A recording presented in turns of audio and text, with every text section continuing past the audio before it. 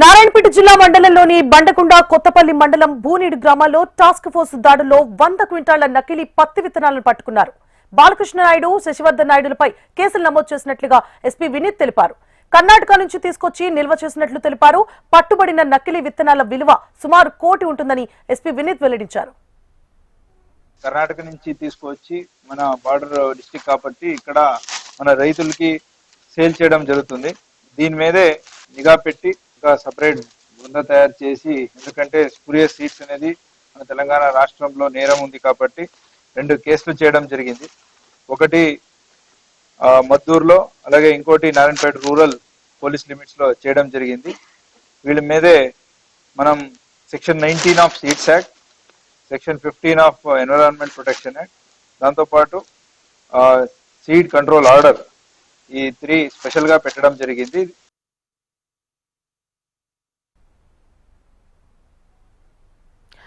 నారాయణపేట జిల్లా మండలంలోని బండగుండ కొత్తపల్లి మండల భూనీడి గ్రామాల్లో టాస్క్ ఫోర్స్ దాడుల్లో 100 క్వింటాళ్ల నకిలీ పత్తి విత్తనాలు పట్టుకున్నారు. ఇదే అంశానికి సంబంధించి మరిన్ని డీటెయిల్స్ ని మా ప్రతినిధి నరేంద్రచారి అందిస్తారు.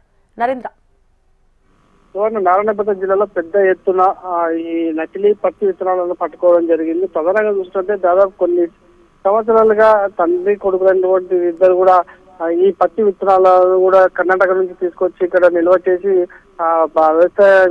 రైతులకు విక్రయిస్తున్నట్టు తెలుస్తుంది. ప్రధానంగా చూసుకుంటే నారాయణపేట మండలం బండగుండ కొత్తపల్లి మండలంలో బోనిడి గ్రామానికి చెందినటువంటి ఈ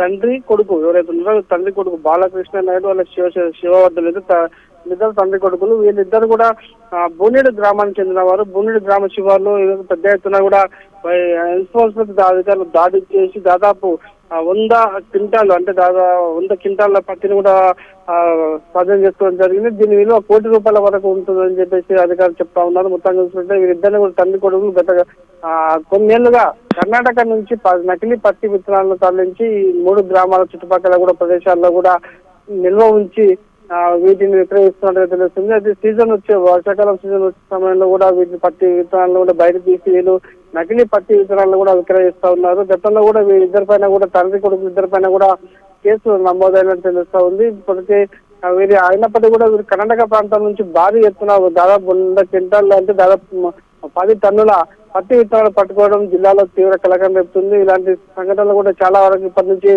పోలీసులు కూడా వాటిపై నకిలీ పత్తి విత్తనాలు విక్రయించే వారిపైన కూడా దృష్టి సారించారు. మొత్తంగా చూసుకుంటే ఇద్దరు తండ్రి కొడుకులు గత కొన్నేళ్లుగా ఇదే వ్యాపారం చేస్తున్నారు. నకిలీ పత్తి విత్తనాలు కూడా కర్ణాటక నుంచి తీసుకొచ్చి కూడా నారాయణపేట జిల్లాతో పాటు మక్తల్ తదితర ప్రాంతాల్లో కూడా విక్రయిస్తున్నట్టుగా తెలుస్తుంది. ఈ నేపథ్యంలో కూడా అధికారులు అప్రమత్తమై మరిన్ని సోదాలు కొనసాగించే అవకాశాలు కనిపిస్తున్నాయి. Suvarna, right, thank you for the updates Narendra.